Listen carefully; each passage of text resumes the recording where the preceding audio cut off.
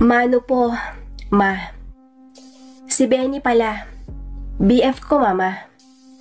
Ang sabi ng GF ko na si Karen. BF? Sino ba ang nagsabi sa'yo na pwede ka nang makipagrelasyon? At saan mo napulot ang lalaki na to? Sa tindig at porma lang niya. Alam kong mahirap ng ito. Laking squatter. Ikaw, Karen, pinag-aaral ka namin para may matapos ka. At huwag kang aasa sa mga pera namin. Pero, ano tong ginagawa mo? Nakikipaglandian ka na kung kani-kanino dyan. Ang pinakamasaklap sa lahat. Mahirap pa ang napili mo. Gusto mong magaya sa mga kapatid mo? Tingnan mo ang buhay nila ngayon. Mas mahirap pa talaga. Mas inuuna yung kati kaysa pag-aaral. Kung nakinig lang sana sila sa akin noon, edi sana maganda na ang buhay nila ngayon. Mula nung mamatay ang papang nyo, ang titigas na ng mga ulo ninyo. Hindi na kayo nakikinig sa akin. Nakalimutan na ninyo na ako pa rin ang ina nyo. Kung ganyan din pala ang ginagawa mo, Karen, mas maganda na kung dun ka na sa isang kapatid mo. Buti yun at kaya kanyang turuan. Hindi gaya sa akin, hindi ka nakikinig. Ang sabi ng ina ni Karen. Ma, sorry. Pasensya ka na sa aking mga nagawa. Siya nga pala, ma, nandito si Benny. Dahil gusto kong malaman nyo, buntis ako. At gusto namin na magsama na lang kami ni Benny. Tutol ang mga magulang niya sa aming relasyon. Kaya hindi sila pumayag na dun kami sa bahay nila tumira. Malaki naman yung bahay natin, ma. Nakikiusap ako sa inyo. Ibigay mo sa amin ang second floor. Di bale, nandito naman sa baba yung kwarto mo. Yung mga kwarto sa taas, bakante naman dahil pinalayas mo naman kasi ang mga kapatid ko. Please, mama, alang-alaman lang sa magiging apo mo. Tanggapin mo si Benny at payag ka na rin sa pakiusap ko sa iyo. Ibigay mo na sa amin ang second floor. Ang sagot ni Karen. Ano? Buntis ka? Ay anak ka ng Karen? Paano na ngayon yan? Paano na yung pag-aaral mo? At paano na ang magiging anak mo, Karen? At itong lalaki na ito, anong trabaho niya? Kaya ka ba niyang buhayin? Anong ipapakain niya sa'yo? Hindi ka man lang kasi nakapagtimpi, Karen. Inuuna mo ang kati mo kaysa pag-aaral mo. Wala na. Walang silbi ang lahat sa inyong magkakapatid. Kung ano ang ginawa ng panganay, ganun din ang ginawa ninyong lahat. Anong kulang? Saan ako nagkulang? Kung sa paalala, hindi ako nagkulang. Sa pera, mas lalong hindi. Sabihin mo sa akin, Karen, anong pagkakamali sa aking pagpapalaki sa inyo? Ang tanong ng ina ni Karen. Mama, tinatanong mo ba kung ano ang kulang? Gusto mong malaman? Sige. Siguro nga, hindi mo alam ang pagkukulang at mga ginagawa mo.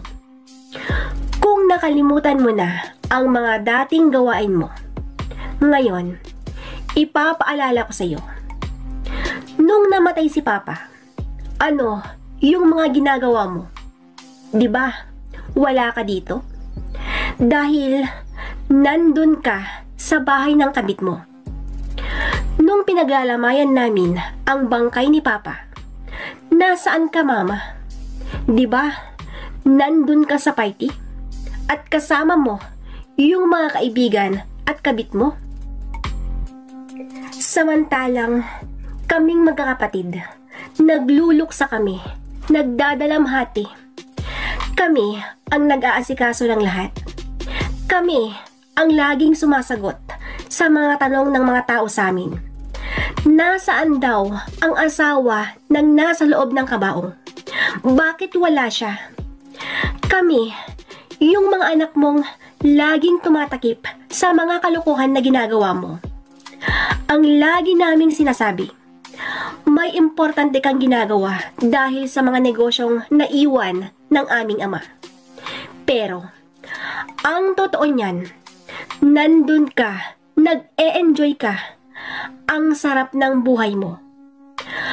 Nung natapos ang libing ni Papa, halos hindi ka namin makita na nandito man lang sa bahay para asikasuhin sana yung mga tao.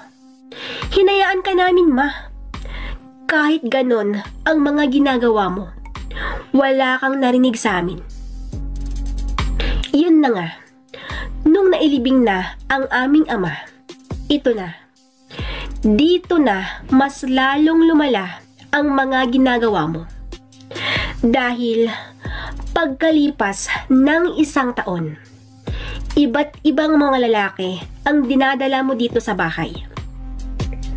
Wala kang pakialam sa aming mga anak mo. Alam na alam mo, babae lahat ang mga anak mo, Mama. Pero, ano yung mga ginagawa mo? May pinakita ka bang maganda sa amin? Di ba wala? Ang mga nakikita namin sa'yo ay yung mga kalaswaan yung ginagawa ng kabit mo. Hanggang sa naengganyo ang mga ate ko. Dahil nakikita nila ang mga ginagawa nyo. Wala kayong hiya, Ma. Wala kayong pakialam sa mga taong nakapaligid sa inyo. Marami kang pera. Pero, atensyon at pagmamahal, respeto at pag-aalaga, hindi mo yan pinadama sa amin. Pasensya ka na, Ma. Nagtanong ka kasi. Kaya, sinagot lang kita. Kung wala ka nang sasabihin, Ma, aakyat na kami at pagod na kami. Pasensya ka na. Pinilit mo ko. Halika na, Benny. Umakyat na tayo sa 2nd floor. Ang sabi ni Karen. Miss Lady L, dahil sa mga sinabi ni Karen, hindi na sumagot pa ang kanyang ina. Dahil tagos hanggang buto ang mga salitang binitawan ng kanyang anak. Umakyat na nga kami nun at inayos namin ang mga gamit namin sa kwarto. Marumi ang kwartong yun. Dahil ang sabi ni Karen, matagal na daw na walang gumagamit sa mga kwarto sa 2nd floor. Dahil ayaw ng ina nila na dun tumira yung mga kapatid niyang nagsipag-asawa na din. Ako na lang ang naglinis sa kwarto. Ayaw ko kasing mapagod si Karen dahil maselan ang kanyang pagdadalang tao. Kaya naman, akyat baba ako nun dahil kailangan kong tanggalin yung mga gamit na hindi na pwedeng pakinambangan pa. Miss Lady L, nung unang pagbaba ko, wala pa naman si Benan sa sala. Pero nung pangalawang baba ko na, dun ko na siya nakita. Malamang sa malamang hindi niya ako napapansin dahil abala siya sa pagbabasa ng mga dyaryo. At habang nagbabasa siya, nakakunot ang kanyang noo. At dahil ganon ang nakita ko sa mukha niya, dahan-dahan na akong lumabas, dala ang mga gamit na hindi na mapakinabangan. Pero, yung dahan-dahan na ginagawa ko nun, hindi ko alam. Yun naman ang maging dahilan para mahulog ang isa sa mga binubuhat ko. At dahil sa hindi sinasadyang mahulog yun, nagulat si Benan. Sumigaw ito at ang sabi niya, Hoy, lalaking squatter. Sino ang may sabi sa'yong ibaba mo ang mga gamit na yan? Hindi mo ba alam? Mahalaga sa akin yan. Ibalik mo sa taas. Hindi man lang kayo marunong magtanong sa akin kung tatanggalin o hindi ang mga yan. Ibalik mo ang mga gamit na tinanggal mo doon. Sa susunod, magtanong muna kayo bago nyo pakialaman ang mga gamit ko. O, ano pa ang tinatayo-tayo mo dyan? Buhatin mo na ang mga yan at ibalik mo na sa taas. Ang sabi ng ina ni Karen. Miss Lady L, sa dinami-dami ng mga sinabi ng biyanan ko, hindi man lang ako nabigyan ng pagkakataon para magsalita. Natulala na lang ako nun habang nakatingin sa kanya. Hindi takot ang nararamdaman ko nun, Miss Lady L. Nung time na yon, hiya at talagang nababahala ko dahil sa suot ng aking biyanan. Ibang-iba kasi kung magsuot ng damit ang biyanan ko. Kung nasa loob na siya ng bahay, wala na siyang pakialam kung nakikita na ang mga pribadong parte ng kanyang katawan. Dahil sa boses ng biyanan ko, bumaba si Karen at nagtatakang tinanong niya kung bakit nagalit ang mama niya. At ang tanong niya sa kanyang ina, "Ma, bakit ka sumisigaw? Ano ang dahilan? At bakit galit na galit ka?" Ang tanong ni Karen sa kanyang ina. Aba, nagtatanong ka pa kung bakit ako galit? Kung bakit ako ganito? Karen, hindi mo ba nakikita ang ginagawa ng lalaking squatter na yan? Bakit nyo pinakailaman yung mga gamit ko sa taas? Hindi man lang kayo nagtanong sa akin bago nyo pinakailaman ang mga gamit na yan. Sa susunod, magtanong muna kayo bago nyo pakialaman ang mga gamit na iniingatan ko. Tandaan mo, Karen, ako ang may-ari sa bahay na to at ako pa rin ang ina mo. Kaya, matuto ka sanang rumespeto. Ang sagot ng ina ni Karen. Yun lang ba ang dahilan kung bakit mo sinisigawan si Benny? Bakit? Hindi ka man lang ba matutong magsalita nang hindi sumigaw? Grabe ka naman, ma. At yung sinasabi mong respeto, bakit? Meron ka ba niyan? Ikaw ba yung taong dapat nirespetohin? Na hindi mo nga nirespeto ang aming ama. Bakit ka namin nirespetohin? Sana, alam mo ang ibig sabihin ng salitang respeto bago mo sa amin sabihin yan, mama. Pasensya ka na, pero sumusobra ka na Yung mga sinasabi mo, hindi mo iniisip. Sana, sa susunod, isipin mo ang mga salitang binibitawan mo. Baka hindi mo alam ang mga ibig sabihin ng mga yan. Ang sabi ni Karen. Walang hiya ka, Karen, nang dahil sa lalaki na yan. Ganito ka na magsalita sa akin? Nakakalimutan mo na ang mga sakripisyo ko. Ako ang ina mo. Ako ang nagpalaki sa'yo. Marami akong sakripisyo sa'yo, Karen. Kaya, huwag na huwag ka naman sanang magsalita ng ganyan sa akin. Inuulit ko, ako pa rin ang iyong ina. Kahit balibalik-tarin mo nga ang mundo, ako ang nagluwal sa'yo, Karen. Tandaan mo yan. Ang sagot ng kanyang ina. Oo nga, ma. Ikaw nga ang nagluwal sa akin. Ikaw nga ang aking ina. Pero, alam mo ba, mama? Kung pwede lang piliin ang magiging isang ina, hindi kita pipiliin na maging ina ko dahil wala kang silbi.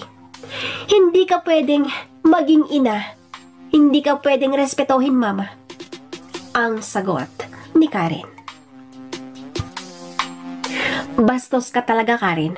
Walang hiya ka. Nasa'yo na lahat-lahat ng kawalang hiyaan dahil sa ginagawa mo sa akin ngayon. Hindi mo man lang iniisip, magiging ina ka rin. Sana, Karen, hindi mo maranasan yung maging ganito. Sana lang, Karen, ang sabi ng kanyang ina. Sige lang, ma. Sabihin mo ang mga gusto mong sabihin ngayon. Sobrang sakit yung mga salitang binibitawan mo. Pero tanggap ko na. At pasensya ka na dahil ganito akong anak. Dahil ganyan naman kayong ina. Kaya patas lang tayo, mama. Hindi ka marunong mag-alaga ng iyong mga anak. Hindi mo man lang ipinaramdam ang pagmamahal mo sa iyong mga anak. Kaya huwag na huwag ka nang magtataka kung bakit ganito ako ngayon. At saka yung sinabi mo tungkol sa magiging anak ko. Alam mo, ma, ito ang masasabi ko sa iyo. Hinding-hindi kami magiging ganito ng anak ko. Dahil alam mo kung bakit. Hinding-hindi ako gagaya sa iyo. Ang gagawin ko sa anak ko, ipaparamdam ko sa kanya na mahal ko siya. Aalagaan ko siya ng maayos. Hindi gaya sa iyo. Wala kang pakialam sa iyong mga anak.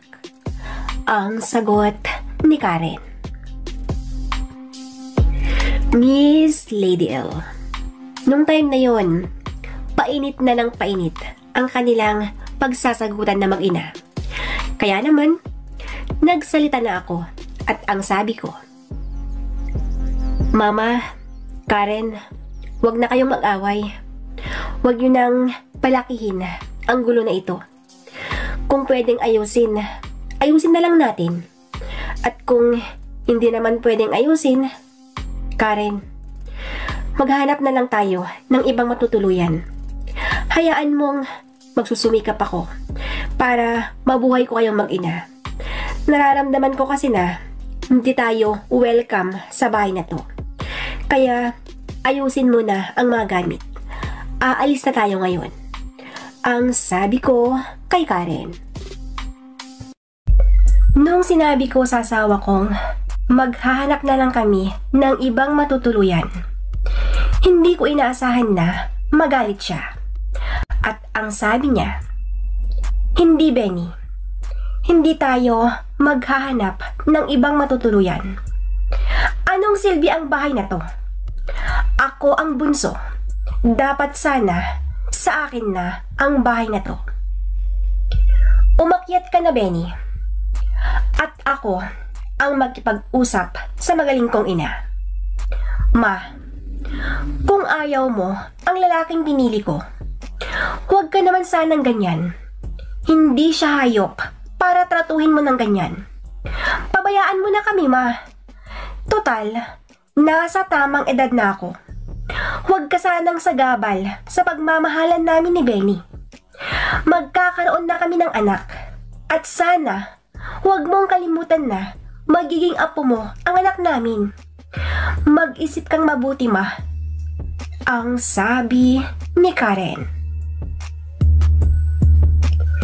Habang nag-uusap silang mag-ina, nung biglang hinawakan ni Karen ang tiyan niyang magtatatlong buwan pa lang. Lumapit ako sa kanya at tinanong ko kung anong nangyayari sa kanya. Karen, mahal, okay ka lang ba? Anong nangyayari? Mahal, huminahon ka na. Tama na yan. Tama na ang pagsasagutan na yan. Halika na. Kumapit ka ng mabuti at dadalhin kita sa hospital ngayon. Ang sabi ko sa kanya. Miss Lady L. Nung time na yon, dahil sa matinding bangayan ng mag-ina, muntik nang mawala ang bunga ng pagmamahalan namin ni Karen. Buti na lang at makapit daw yung bata. Nakaligtas nga ang bata nun, Miss Lady L. Kaya lang, mahigpit na ipinagbabawal ng doktor sa asawa kong si Karen ang ma-stress, bawal mapagod, at dapat huwag siyang makakarinig ng mga masasakit na salita. Dapat daw mag-relax lang siya. At habang nasa hospital kami, hindi namin inaasahan na pupunta din pala ang biyanan ko. At para kaming nananaginip noon dahil yung biyanan kong napakasungit at halos hindi niya alam kung paano ngumiti. Biglang nagbago, Miss Lady L. At parang tupa na sobrang amo. Habang papalapit siya sa anak niyang si Karen, kitang-kita namin ang unti-unting pagpatak ng luha sa kanyang mga mata. At ang sabi niya, "Anak, Karen, patawarin mo ako. Bigyan mo sana ako ng pagkakataon para maitama ang mga pagkakamaling nagawa ko. Anak, hindi ko mapapatawad ang sarili ko kung nawala ang apo ko. Mahal na mahal ko kayo, anak ko. Benny, patawarin mo ako. Pasensya ka na kung nadala ako ng galit ko. Pasensya na. Sige, tatanggapin na kita. Basta, ipangako mo lang, aalagaan mo ang mag-ina. Huwag mong papabayaan, Benny, ha?" Ang sabi ng aking tiyanan. Miss Lady L, dahil sa sobrang saya namin noon, nag-iyakan kaming tatlo. Sobrang pasasalamat namin dahil nagbago ang biyanan ko. 2 araw din kami noon sa ospital dahil inobserbahan pa ng mga doktor kung ano ang kalagayan ng mag-ina. At pagkalipas ng 2 araw, lumabas na din kami mula sa hospital. Pagdating namin sa bahay, nag-usap-usap kami tungkol sa magiging kasambahay namin. Dahil hindi na talaga pwedeng mapagod ang asawa ko. Yung biyanan ko naman, masyadong maarte. Ayaw niyang siya yung gagawa sa mga gawaing bahay. Okay lang daw nung nag-iisa lang siya dahil hindi na siya aakyat pa sa taas. Pero ngayon daw na nandun na kami, kailangan na may mautusan na siya. Hindi na kami nagsalita nun, Miss Lady L, dahil ayaw na namin na may dahilan para magsagutan silang mag-ina. Dahil nakakasama yun sa kalagayan ng asawa ko. Yung pamangkin ng biyanan ko ang naisipan nilang kunin. Nangangailangan daw ng trabaho yun. Dahil ayon sa kwento ng mag-ina, single mom daw yun. At nung napagkasunduan nilang si Mercy na lang ang kukunin nila, agad na tinawagan ni biyanan ang pamangkin niyang yun. At kinabukasan, maagang dumating ang pamangkin nitong si Mercy. Driver ang trabaho ko noon. Kaya naman, nung time na dumating si Mercy sa bahay ng biyanan ko, ako ang nagbukas ng pintuan. Dahil ang asawa kong si Karen at ang biyanan ko, tulog pa sila. Naisipan kong si biyanan na lang ang gisingin ko. Dahil hindi kasi maayos ang tulog ng asawa ko kagabi. Kaya naman, kumatok ako sa kwarto ng biyanan ko. At ilang minuto din akong nakatayo doon bago niya binuksan ang pinto. At nung nabuksan na niya ang pinto, napapalunok na lang ako nung nakita ko ang suot ng biyanan ko. Dahil yung pantulog na suot niya, sobrang nipis. At yun ang dahilan kung bakit muling nabuhay ang pagnanasa ko para sa kanya. At habang nakatingin ako sa katawan ng biyanan ko, iba na ang tumatakbo sa isip ko.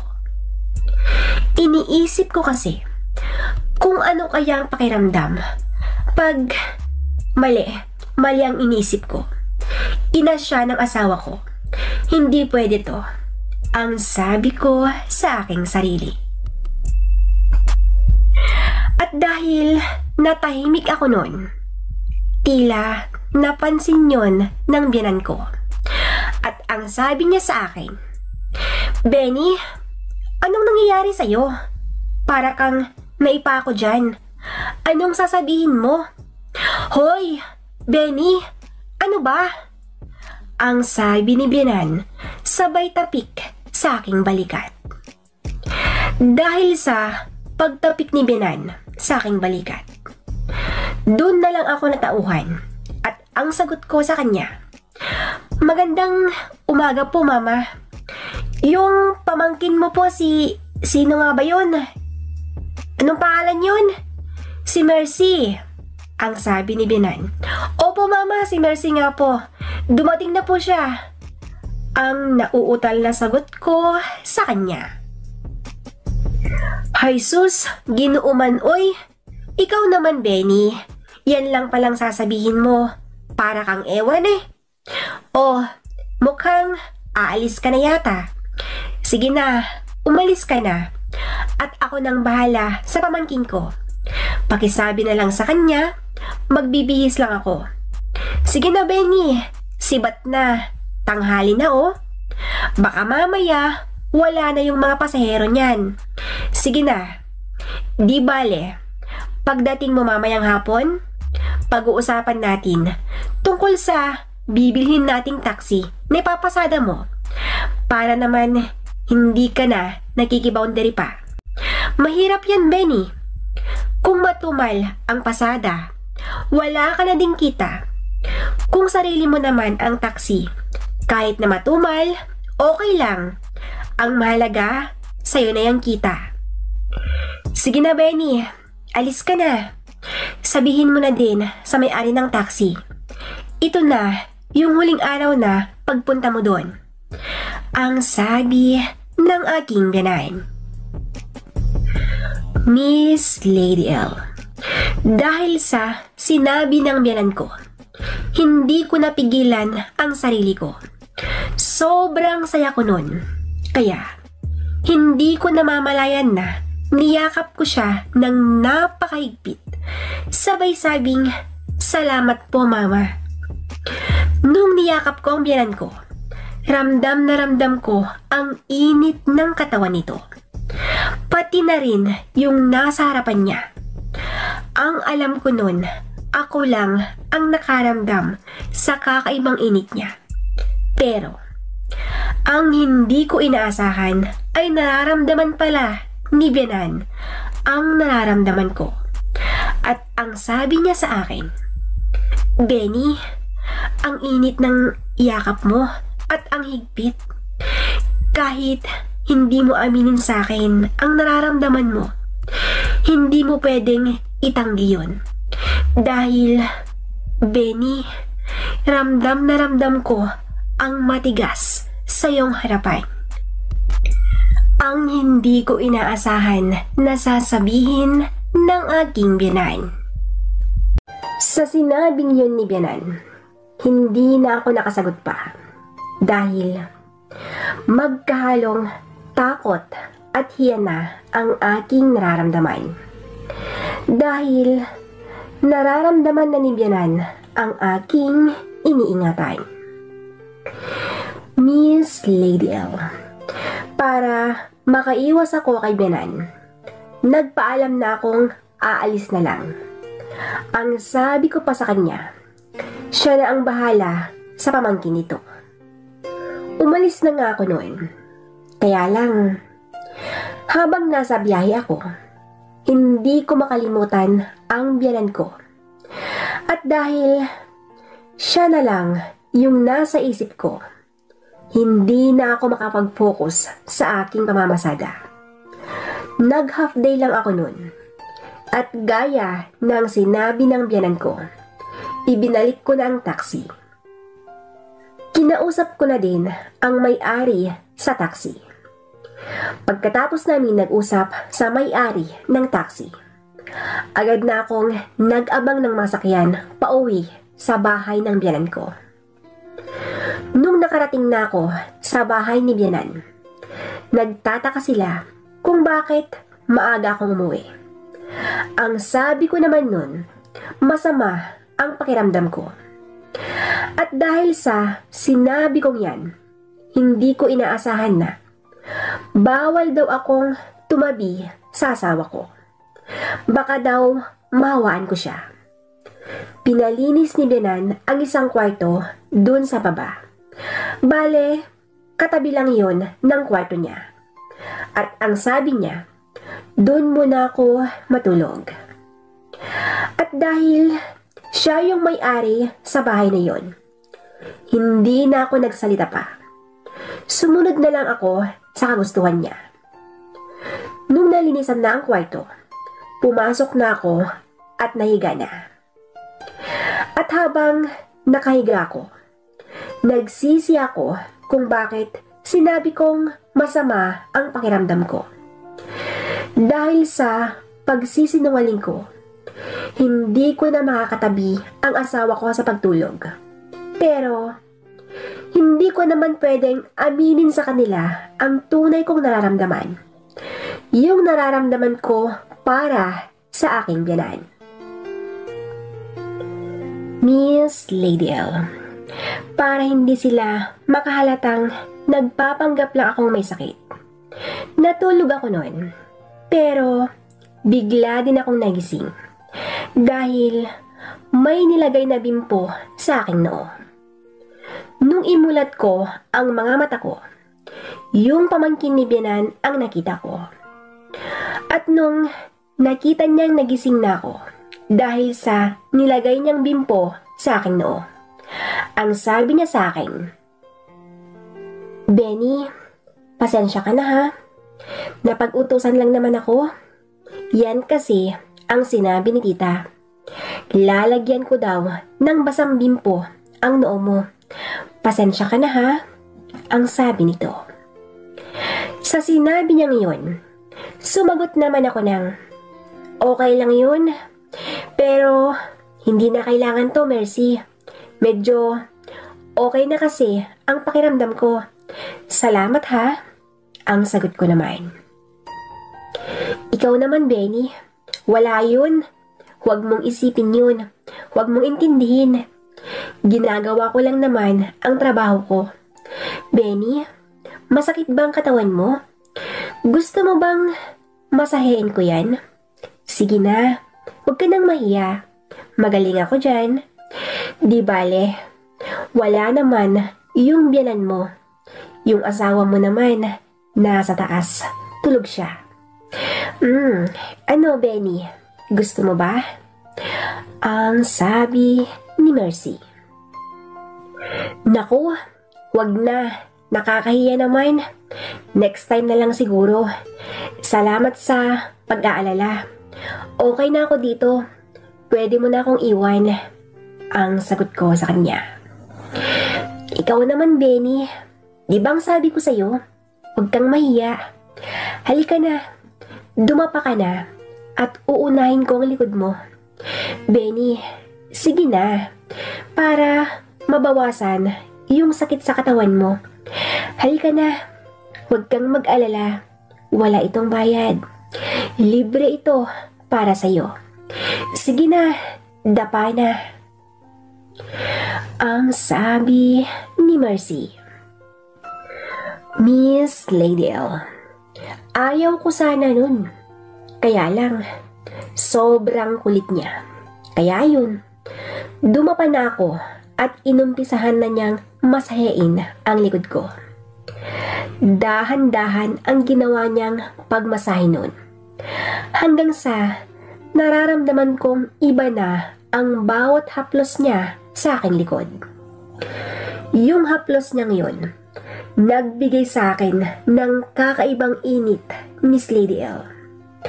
At dahil sa nararamdaman kong yun, unti-unting nagising ang aking dugo. At pagkalipas ng ilang saglit, ang sabi niya sa akin, tapos na daw sa likod, tihaya na daw ako. Hindi ako gumagalaw nung sinabi niyang tihaya na ako. Dahil kapag ginawa ko yun, siguradong may makikita siya. Kaya lang, wala na akong magagawa. No choice na ako. Kaya naman, tumihaya na lang ako. Nung tumihaya na ako, tiningnan kong mabuti ang magiging reaksyon niya pag makita niya yon. At habang nakatingin ako sa kanya, tiningnan niya ako. Miss Lady L, hindi inaasahan na nagtama ang aming mga paningin. At sa bawat titig niya sa akin, alam ko na ang gusto niyang mangyari. Ngumiti siya at ang sabi niya, nararamdaman kita. Sabihin mo nga kung pareho lang tayo, Benny. Ang tanong nito. Hindi na ako nakasagot noon, Miss Lady L, dahil nahihiya akong umamin sa kanya.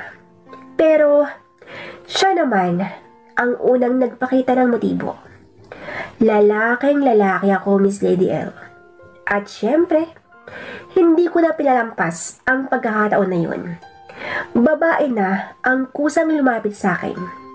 Matagal na akong nagtitiis dahil hindi naman pwede ang asawa kong si Karen. Kaya naman, hinayaan na lang namin ang aming mga sarili. At habang ginagawa namin ang isang bagay na kapwa kami masisiyahan, nung biglang bumukas ang pinto. At ang hindi namin inaasahan, si Bianan ang nagbukas noon. At ang sabi niya, kung tapos na kayo, pwede ba ako naman? Ang pagmamakaawa nito. Dahil sa kanyang sinabi, nagtinginan kami ng kanyang pamangkin. Sa sinabing yun ng binan ko, nagtataka na kami noon, Miss Lady L, dahil ang buong akala namin magagalit siya. Pero bakit ganon ang sabi niya? Ang tanong ko sa aking isipan. Nung time na yon, agad naming inayos ang aming mga sarili. Tumakbo si Mercy papasok sa kwarto niya at naiwan kami ni Bianan sa aking kwarto. At dahil dalawa na lang kami, sinarado ko ang pinto at tinanong ko siya kung bakit ganon ang sinabi niya. Tumawa lang siya, sabay sabing nagbibiro lang daw ito. Pero kung tutuhanin ko daw ang sinabi niya, hindi na daw siya tatanggi pa. At habang nagsasalita si Bianan, napansin ko sa kanya ang kakaibang kinikilos niya. Naaamoy kong nakainom nga siya. Pero bukod sa nakainom, alam kong may halong gamot ang katawan niya. Kaya naman, pinahiga ko na si Bianan sa kama at iniwan ko na siya doon. Pumunta ako sa kusina at iinom sana ko ng tubig. Kaya lang, hindi ko inaasahan na nandun na pala si Mercy at abalang-abala sa paghahanda ng mga pagkain. Tinanong ko siya kung kumain na ba ang asawa ko. Ang sabi niya, hindi pa daw. Nung ganon ang sinabi niya sa akin, agad na akong kumuha ng plato at nilagyan ko yon ng mga pagkain. At pagkatapos nun, nilapag ko muna sa lamesa. Kumuha ako ng baso at bubuksan ko na saan ang rep para kumuha ng malamig na tubig. Kaya lang, Miss Lady L, bigla akong naramdaman ang mahigpit na yapos ni Mercy mula sa aking likuran. Yung yapos na yon, kasabay ang bulong nito at ang sabi niya, kung pwede daw naming ituloy yung naudlot na sandali. Hindi na ako nakasagot nun dahil malikot na ang mga kamay nito. At yun naman ang naging dahilan para ituloy namin ang naumpisahan namin na hindi namin natapos.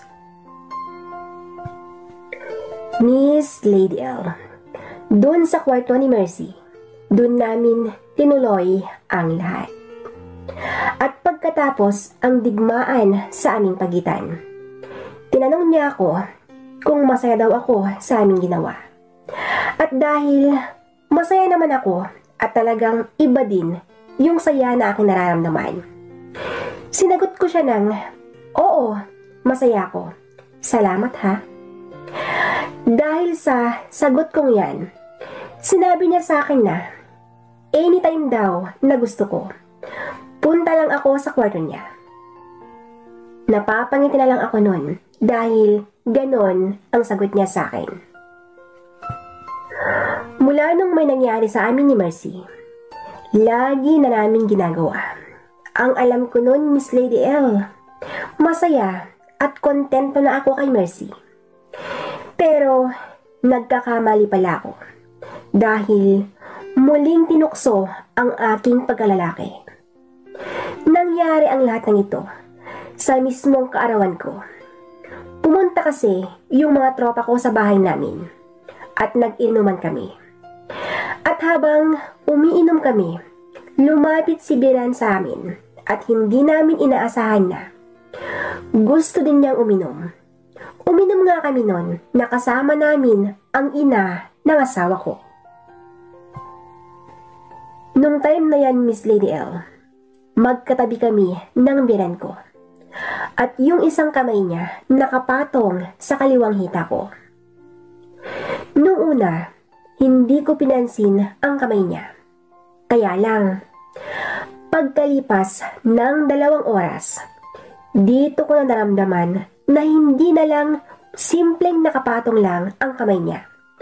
Dahil yung kamay niya lumipat na sa aking hinaharap at tila ba gusto na niyang ipasok ang kamay niya sa loob. Nung naramdaman kong nandun na ang kamay niya, tumayo ako at agad akong nagtungo sa kwarto para bumaba yung init na aking nararamdaman. Kaya lang, hindi ko inaasahan na papasok si Bianan sa kwarto. Wala na akong magagawa nun, Miss Lady L. Hindi ko naman kayang pigilan yung nararamdaman ko.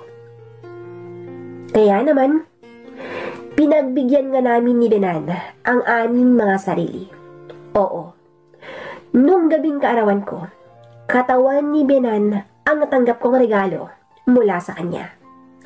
Masaya ang Bianan ko dahil pumayag daw ako sa gusto niyang mangyari. Hindi ko na siya sinagot noon dahil sobrang nagigilty ako. Bigla akong nakaramdam ng awa para sa asawa ko. Yung unang beses na may nangyari sa amin ng biyanan ko, hindi ko na hinayaan na maulit pang muli, Miss Lady L. Gusto ko nang itama yung pagkakamaling nagawa ko. At maitatama lang yan pag ako na mismo yung kusang lumayo. Kinausap ko ang asawa ko. Ang sabi ko sa kanya, uuwi na kami sa bahay ng mga magulang ko. Dahil mas maganda ang buhay namin doon. Tuwang-tuwang asawa ko noon. Dahil ayaw na din niyang tumira sa bahay ng mama niya. Umalis nga kami noon at umuwi na kami sa bahay namin. Sa ngayon, Miss Lady L, masayang-masaya na kami ng asawa ko. Kasama namin ang nag-iisang anak namin. Si Bianan naman, may asawa na siya ngayon. At yung pinsan ng asawa kong si Mercy, nabalitaan din namin na nasa club na siya nagtatrabaho. Laking pasasalamat ko na lang nun, Miss Lady L, dahil hindi nalaman ng asawa ko ang mga nagawa kong kasalanan. Ayaw ko nang maulit pa ang mga yon, dahil mahal na mahal ko ang mag-ina ko. Miss Lady L, dito ko na po winawakasan ang istorya ng buhay ko.